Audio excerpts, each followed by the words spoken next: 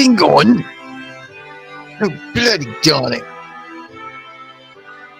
Wait, what? Sorry, Charles. This isn't for you.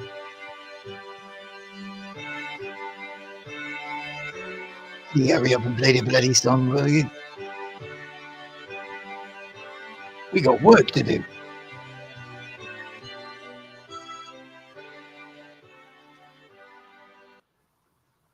Welcome, my dear citizens of the United Kingdom, and to all those watching around the world. Today, we gather to confront an issue that cuts to the very core of our nation's soul.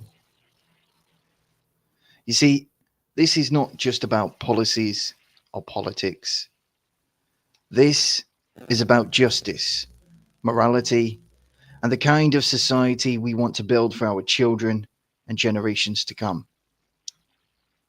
The government has just said no to a national inquiry into grooming gangs, an act that I believe is a grave betrayal of justice and a disregard for the countless survivors who have suffered in silence. But today, I'm here to say yes. Yes to justice, yes to accountability, and yes to change. As a survivor, as a royal, and as a citizen of this nation, I can no longer remain silent. We must face the systemic failures that have allowed these atrocities to persist. We must demand better from our leaders, our institutions, and ourselves. In this stream, I will discuss the profound implications of the government's action and decision. We will expose the layers of complicity that stretch across British society, from local councils to prominent figures in positions of power.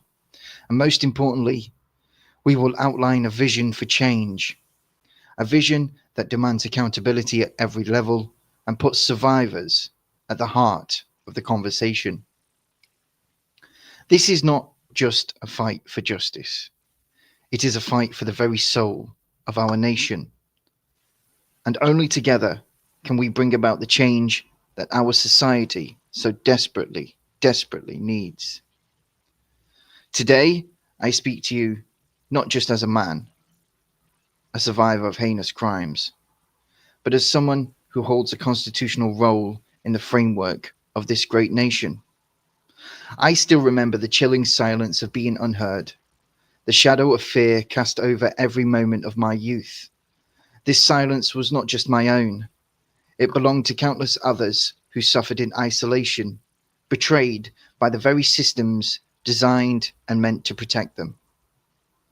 As James, the legitimate heir to the British crown, I address you with both sorrow and resolute determination. The shame that has been brought upon Britain by the inaction and systemic failures surrounding the issue of grooming gangs cannot and will not be ignored. First, allow me to speak as a survivor. I know firsthand the unimaginable pain and trauma that these crimes inflict on their victims. They are not merely statistics or stories. These are real lives shattered, futures stolen, and innocence destroyed. To see the government vote against a comprehensive national inquiry into grooming gangs is not just a disappointment. It is a betrayal of every victim who has suffered in silence. Consider this. Over 19,000 children in England were identified as victims of sexual exploitation in just 1 year. These are not isolated incidents, but a systemic failure on an appalling scale. By refusing an inquiry, the government dismisses the voices of these thousands and their cries for justice. It is a betrayal of justice. The argument that another inquiry would cause delays is nothing short of an insult to those who continue to live with the scars of their experiences. How can we claim to act on existing recommendations without understanding the full scope of the problem? Without a national inquiry, the truth remains buried and accountability evades us all. As a survivor, I demand justice, not only for myself, but for every individual who has been let down by the institutions meant to protect them. As a legitimate heir to the crown, my role transcends that of an ordinary citizen. It grants me a unique platform to speak out against injustices and a profound responsibility to act as a voice for those who have been silenced. My position obliges me to ensure that the principles of fairness, protection, and justice are upheld, especially for the most vulnerable among us. The monarchy, at its core, is meant to be a guardian of the people, a symbol of stability, and a bastion of justice. It is my duty, therefore, to call out injustice when I see it, to stand firm against actions that tarnish the values of our nation, and to uphold the rights and freedoms of every subject under the crown. The government's failure to address this adequately is a stain on our collective conscience. It is my constitutional duty to advocate for transparency, accountability, and justice. So let me make this clear. This is not about politics. This is about morality, decency, and the duty we owe to the most vulnerable in our society, our children. As a survivor, I have a legal right to justice. Therefore, no statute of limitations, no political expediency, and no bureaucratic delay can deny that right. By rejecting a national inquiry, the government not only denies justice to survivors, but also perpetuates a culture of silence and complicity. To those in power, I speak to you directly. The law is not yours to bend for convenience. It exists to protect the innocent and to hold the guilty accountable. Every survivor deserves their day in court, their voice heard, and their truth acknowledged. This is why I call upon every citizen to support legal reforms that prioritize survivor testimonies and ensure swift justice.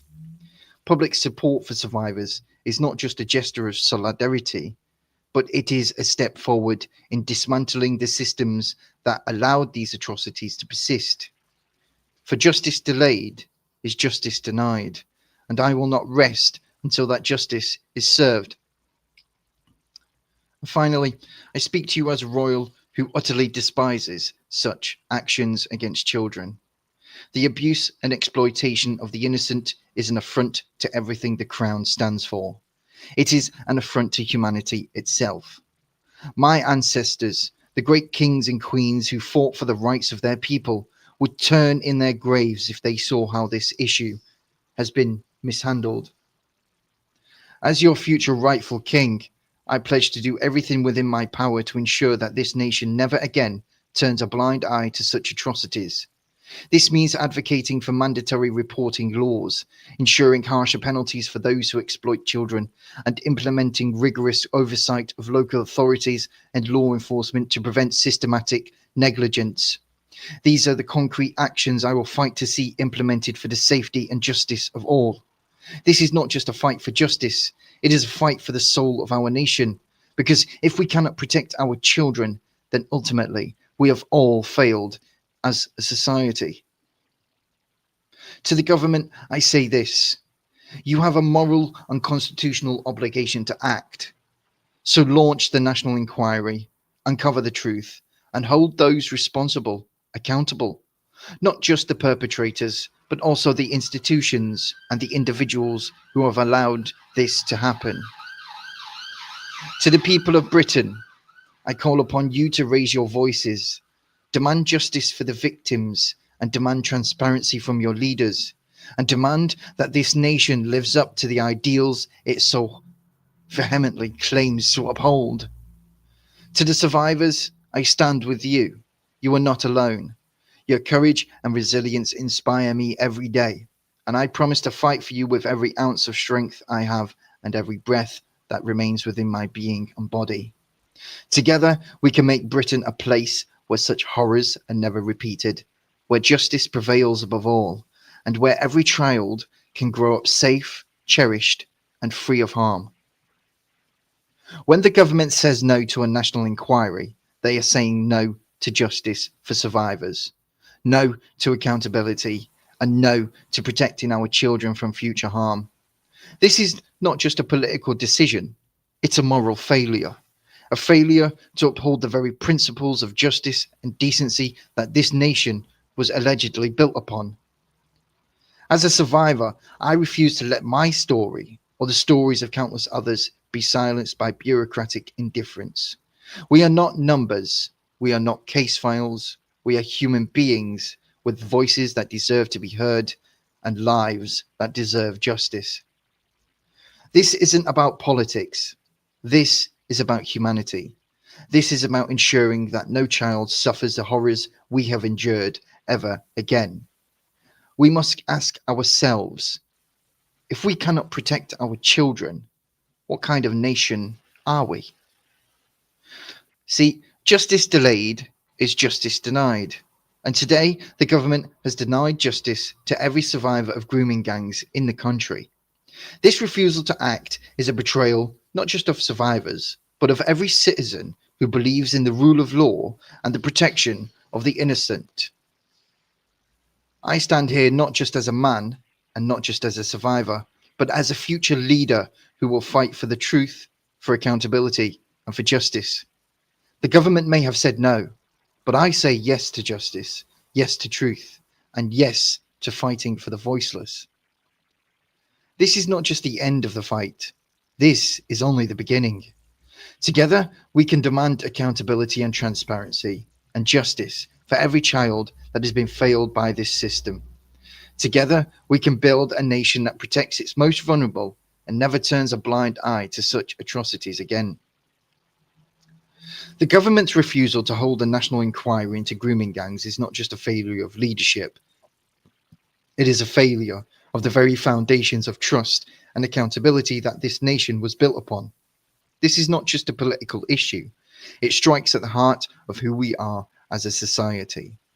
It raises profound questions not just about governance, but about the very fabric of our institutions and the role of those who lead them. This is not an isolated issue. We've seen time and time again how powerful individuals and institutions have turned a blind eye or actively participated in the abuse and exploitation of the vulnerable. From the scandals surrounding Jimmy Savile, Cyril Smith, and Rolf Harris, to the chilling associations of Jeffrey Epstein with members of the royal family. This is a systemic problem that extends to the highest echelons of power. And what of the monarchy, the institution that is supposed to embody the moral and spiritual guardianship of this nation?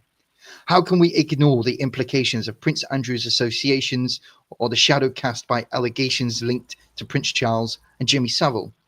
These scandals demand not just answers, but a reckoning. If the monarchy is to remain relevant, it must hold itself to the highest standards of accountability and transparency.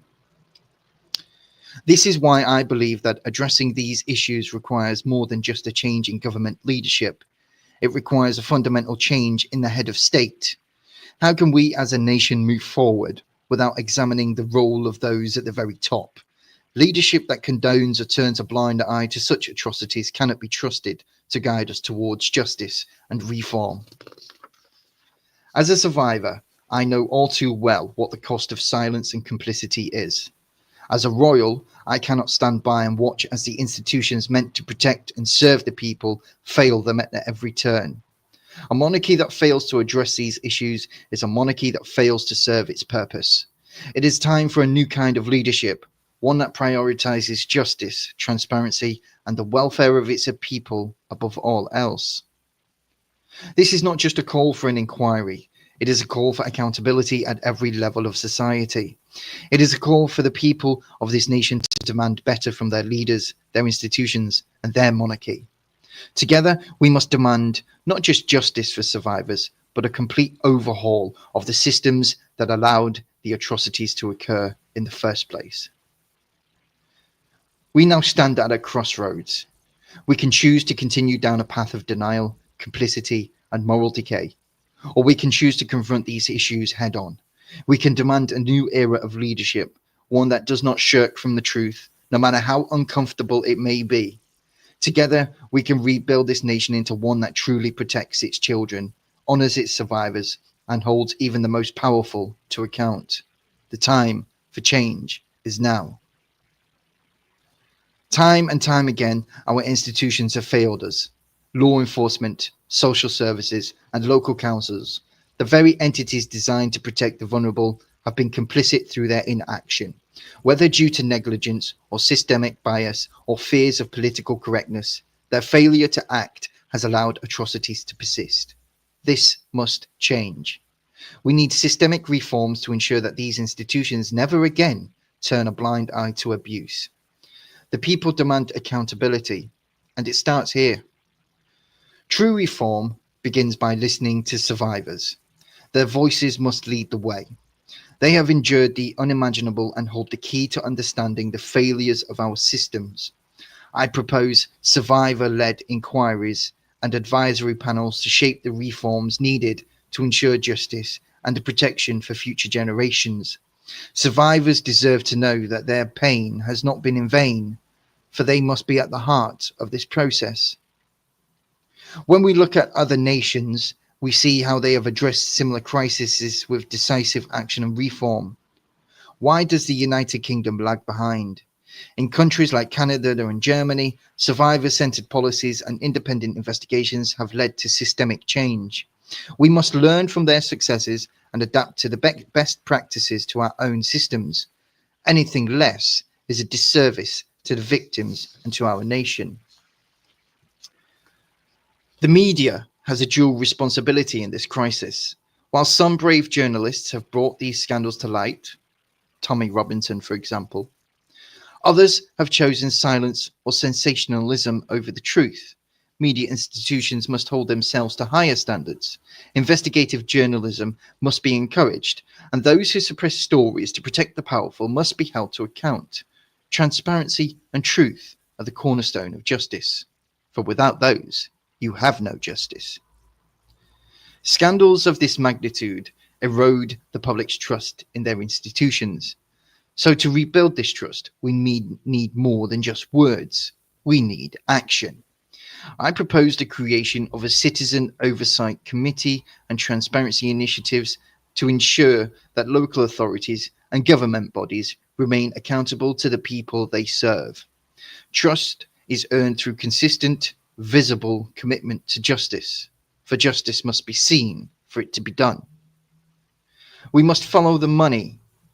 Many of these abuses are sustained by networks with financial backing.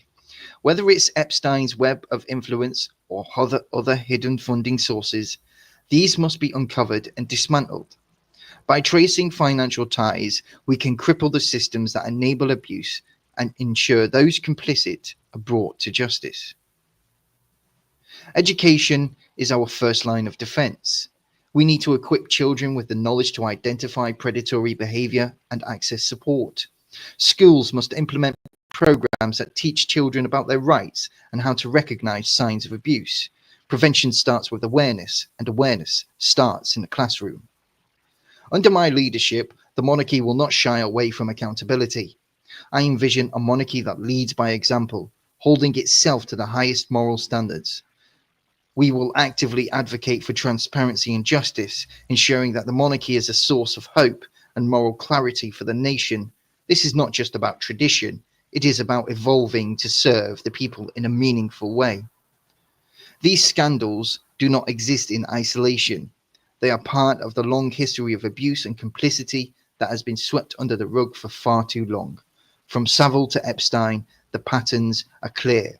To move forward, we must confront this history head on, acknowledging past failures and committing to a future where such atrocities are not tolerated. The people of this nation must have a voice in these decisions. I propose public consultations and referendums on critical issues related to institutional reform. This is not just about top-down change, it's about empowering citizens to shape the future of their country. Together we can build a system that reflects the will of the people and protects its most vulnerable. As we come to the end of this stream and I open it up for public debate, I want to leave you with this. A fight for justice is far from over. The government may have said no to a national inquiry, but we, the people, must say yes. Yes to holding our leaders accountable. Yes to protecting our children. And yes to standing with survivors and ensuring their voices are heard. Today, we've spoken about the failures of our institutions, the complicity of those in power, and the changes we so desperately need. But the words alone are not enough. Action is what drives change. And I urge each and every one of you to take this conversation into your communities, to demand transparency, and to support those who have been silenced for far too long. This is more about than what justice is for past wrongs. This is about building a future where no child has to endure what so many have suffered. Only together can we create a society that values truth, integrity, and accountability above all else. So, thank you for joining me and listening. Your support, your courage, and your voices are what will make the difference. So, let's continue this good fight for justice, for truth, and for a better future. And may we all find the strength to stand for what is right. And as I close this opine, I make the solemn commitment to the people of the United Kingdom, in the face of systemic failure and the refusal of the government to initiate a national inquiry into grooming gangs, I will exercise my royal prerogative to establish a royal commission into the grooming gangs of the United Kingdom. This inquiry will be a beacon of truth and accountability, ensuring that justice is served for every survivor and that such atrocities can never happen again. The Act of Settlement 1701 cannot and will not be an obstacle to this sacred duty. In times of national emergency, the prerogatives of the Crown exist to protect the welfare of the people and uphold justice. Let it be known that there is no greater authority than the Crown when it comes to defending the moral and legal fabric of this nation. No statute, no act, and no institution of Parliament has the power to prevent the rightful exercise of this regal authority. As the Catholic heir, my legitimacy as the rightful bearer of this responsibility is clear. To deny me this authority is to deny the Crown itself, and to prevent the Crown from fulfilling its royal duty under the law. This is not about politics. This is about morality, justice, and the protection of our children and our future. This Royal Commission will operate independently, untainted by political influence or institutional bias. Its mission will be simply to uncover the truth, hold perpetrators to account, and enablers accordingly so. And its goal will be to implement reforms to ensure that every institution of this nation, from local councils to the highest offices of power, are held to the highest standard of duty and care. Let this be a moment when the Crown stands united with the people against injustice. Let this be a moment where the voices of survivors are amplified and their courage honoured. And let this be a moment where the United Kingdom reclaims its moral compass and restores trust in its institutions. I call upon every citizen to stand with me in this endeavour. I may not have the greatest of public reach, and there may be many of yous that don't like or agree with my politics or my views. But if you cannot stand with me on this, then you are derelicting your duty to your country. So together, we will not only seek justice, but also rebuild this nation into one where the innocent are truly protected, the guilty are held to account, and the future is safeguarded for generations to come. This is my pledge, this is my duty, and this is my personal commitment to you, the people of the United Kingdom. Justice will prevail.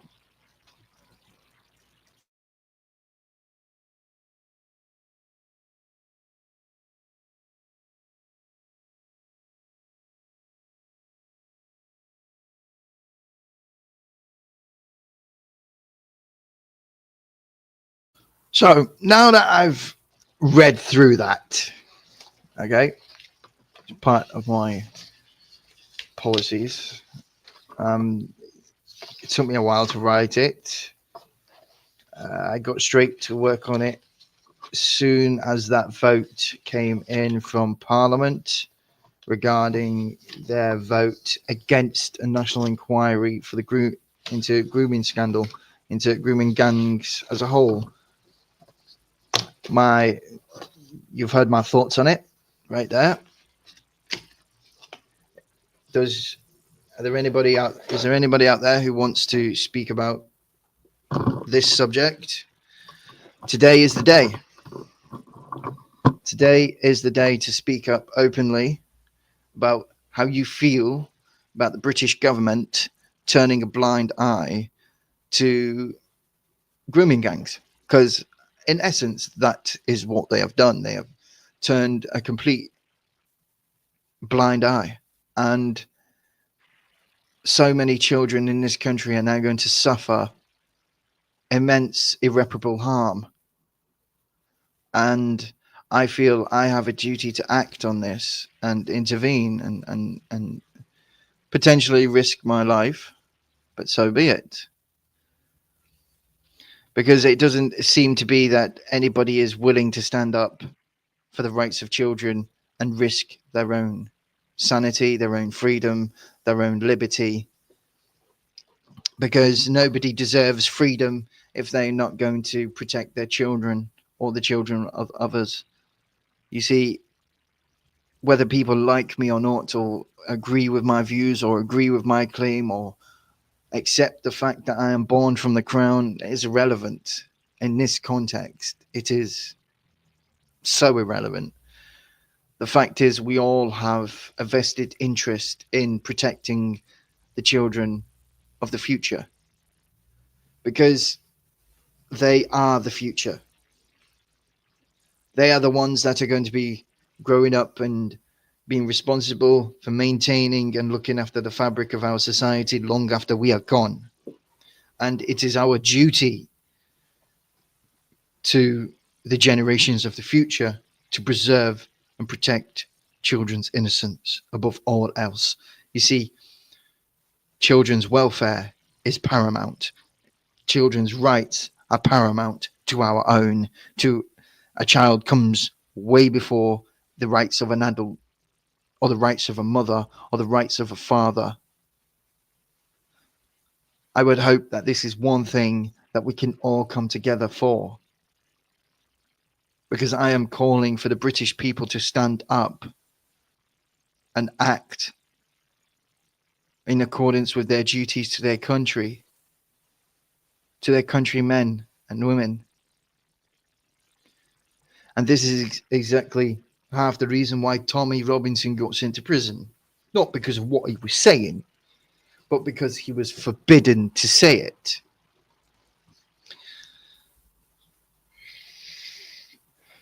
And what kind of king would I be if I didn't stand and make my opinions known and make it known what my stance is?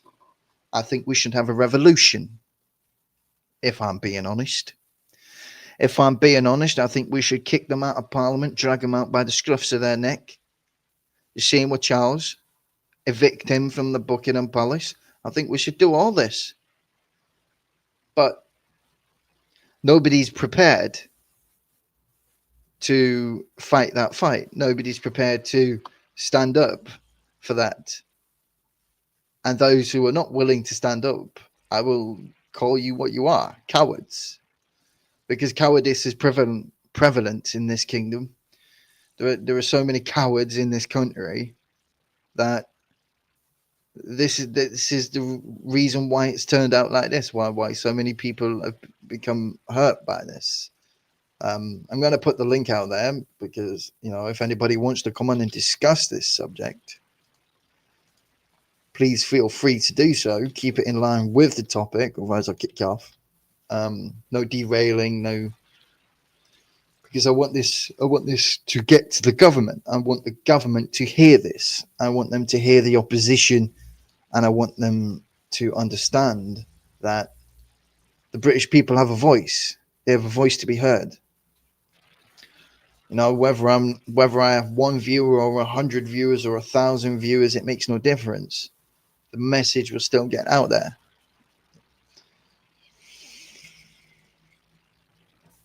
I think this is important to be discussed.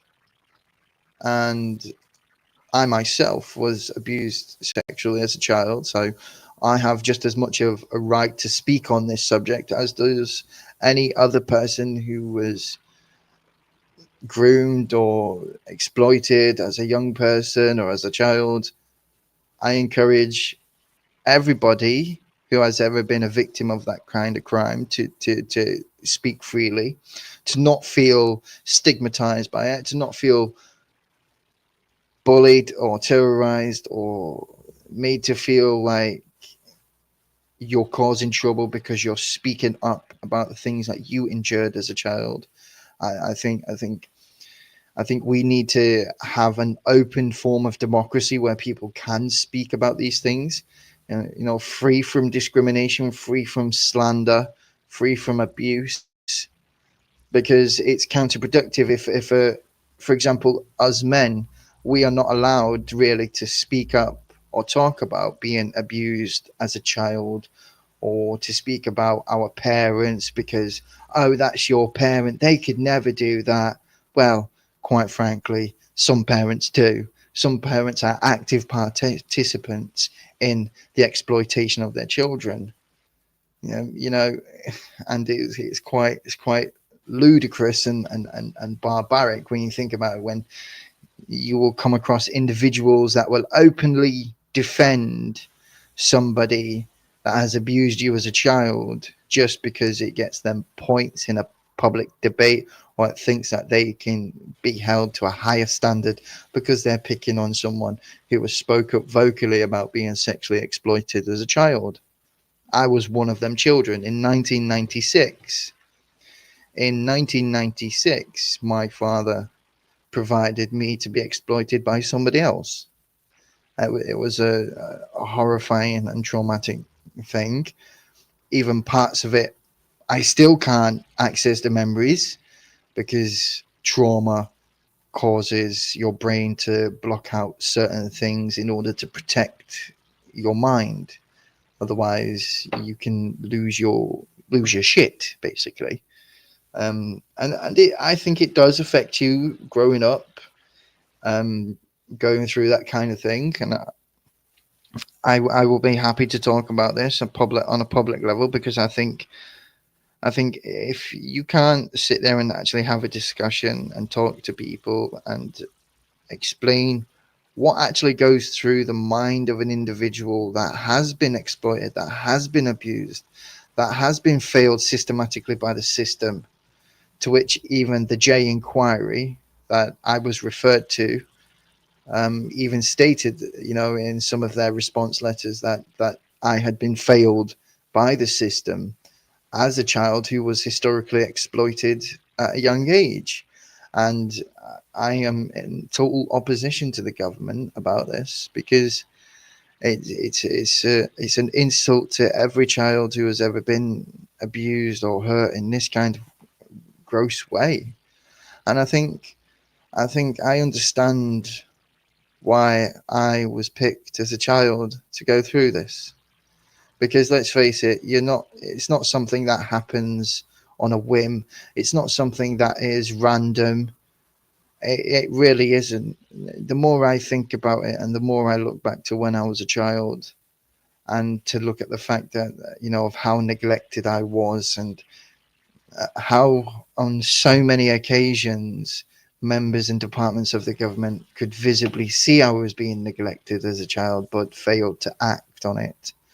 And this is what this inquiry was aiming to uncover, to delve deeper into, is to look at, well, we don't need to just look at the grooming gangs. We also have to look at people in authority, people in positions of power. What kind of bureaucratic red tape were they facing, preventing them from taking action against suspected groomers or suspected parents that were enabling or perhaps facilitating this kind of abuse. Because this kind of abuse doesn't go swept under the carpet without people assisting or providing assistance or aiding and abetting in that kind of behavior. Um, as somebody who went through it myself, I think it's really sad that Labour, yet again, because let's face it, it was Labour's government in 1996, 97 that was allowing this to happen in the first place. So now that Labour are back in, they have opposed the bill and turned it that watered it down to an amendment, so they don't have to debate it again. And the reason they've done that is because it was just point scoring against the Tories because the Tories brought it forward. Um, yeah, it's lunacy. It is total lunacy. It is insane. It is a violation to every young person that's living with that kind of trauma, and every individual that has grown up since childhood who are still living with the emotional scars, the mental problems from it. You see, this is what people have to understand on a broader context: is that when somebody is molested, abused, sexually assaulted as a child, it leaves long lasting scars that affect them in their daily life, even as an adult. It affects their ability to socialize, it affects their ability to feel safe amongst other people. I'd say I would estimate that maybe 7 out of 10 individuals that stay at home, that don't want to go out, that don't want to socialize, that don't want any part in society. I would estimate a good number of them have experienced some kind of injustice in their childhood that's caused them to be like that. That's caused them to recluse away from society. I mean, I don't have the statistical data to hand because, well, we would have that statistical data if the government had said yes to the inquiry, because then that would give us access to that statistical data that we can then discuss and publicly debate. But because the government has turned around and said, no, we're not going to look into it any further, and that's that. That is disgusting, and I think that is grounds on an entirely constitutional and legal authority level to forcibly remove the members from Parliament, to absolutely dissolve the Parliament completely. And if Charles, my cousin the King, doesn't want to act on this and call a dissolution to Parliament immediately because of this, because this is one of the most important, if not the most important scandal that has ever happened to Britain, and Labour is just quietly sweeping it under the carpet under the orders of Granny Harmer, Sir Keir Starmer. I don't agree with it. I think it is totally abhorrent. I think Sir Keir Starmer is an insult, is actually insulting directly every person who has been suffered injustice. Because how can you have action for the things that have happened without all the data, without all the evidence, considering he used to be a Crown prosecutor relying upon evidence in order to gain convictions against people? But, let's not mention his career as a Crown prosecutor for a Conservative government that assisted in getting prosecutions against people even during the riots. But, let's not forget about a person's intellectual career or before he'd even got into Parliament. So not only have the British public been duped into a general election and tricked into voting for the Labour Party on the basis of promises that were never going to be fulfilled in the first place. So we have the deception of the British public for an electoral gain, which is fraud under the Fraud Act 2006, which is a material gain and a benefit causing a detriment to the British public. And then there's also the fact that, the government at this current moment in time, the Labour government under the helm of Sir Keir Starmer, does not want to investigate any kind of grooming scandal because they know for a fact it would uncover issues and discrepancies at the very top of the Labour Party. That is the real reason why they have voted it down, and I will not accept any other belief otherwise unless evidence proves so. unless someone out there can prove or disprove my claim. But I truly believe, without a doubt, that Sir Keir Starmer and the Labour Party have voted down this national inquiry into grooming gangs because they know full well fundamentally it will uncover failings within the Labour Party themselves, and it will, in essence, destroy their public credibility for years to come. And that's what Keir Starmer is about. He's about saving face. He's not a true politician. He doesn't care about the policies or the people at large. He just cares about being in power. So Keir Starmer, I address this directly to you. Get the fuck out of Downing Street. Quit. Resign. I don't care. Just fucking leave that job. All right? All right, pumpkin. Right? And that's coming from the King of Scots, the future King of the United Kingdom. And I say it with a fucking big, hairy chest. You're ruining our country. You're damaging people's lives. Your actions are causing a direct harm to the British population, and therefore you do not have the mandate of the British public. You know, especially considering looking at the recent petition for an election, you do not have the mandate of the British public, whether you believe so or not. You do not, and you should leave government and you should quit. The same for the Labour Party. Every tosser in the Labour Party should fucking quit. As of today, they should quit. Because if they don't, I'm going to raise an army. I'm going to raise the public. I'm going to bring the public to Parliament. And we will have this out one way or another. Right? I don't care how much it costs. I will do whatever is necessary to protect the public and to protect their rights and to protect the futures of our children. You see, what they've done now is going to make it very, very scary for people who are having kids or going to have kids, because now their children are not safe. They are not safe. No child is safe in the United Kingdom now. Not a single one. And that is because of the Labour government. I think I've had my 45 minutes. My time is up. I've said how I feel about this. You know, nobody's coming on to challenge my views. Just to make sure that I did post that link. Do apologise. The link is out there. So I've had my 45 minutes dialogue. Obviously, I'm going to put the link out there. So if anybody wants to join and challenge my views or agree or disagree with what I'm saying, please feel free. I will not prevent you from public discourse. Of course, freedom of expression applies. And this is my freedom of expression. I think the government are absolute pricks. Nobody's got the balls to say I challenge the government. I don't care. I don't care whether it's a Tory wanker or a fucking Labour prick or a fucking DUP cunt. I don't care. I don't care who's running government. If I think there's a problem and it's a big problem and it needs widespread attention, I'm gonna say it. I'm gonna sit here and say it. I don't care if I've got 1 viewer, 5 viewers, 10 viewers, 100,000. Don't know. Right. The point of the matter of the fact is I'm speaking up about it. I'm saying what I want to say. And if people don't agree with what I got to say, then that's entirely up to you. You're entitled to disagree. But I think very carefully about disagreeing on something like this, because if you disagree on something like this, then that really says a lot about you as a human being in our future society. Anyway, that's my thoughts on this difficult subject.